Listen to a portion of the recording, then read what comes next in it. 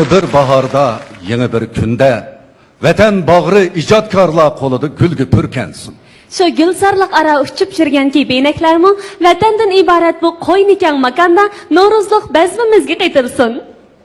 Körkem Tangri tağları, güzel tarım boyları, vatan baharı hüsn koşsun. Her yaklardan toy tartıp kız yigitler kuşağı oynasın.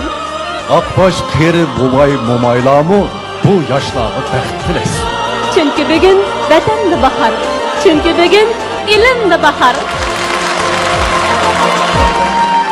Vatanda bahar, ilimde bahar, bahar ilhamı köksümde yanar.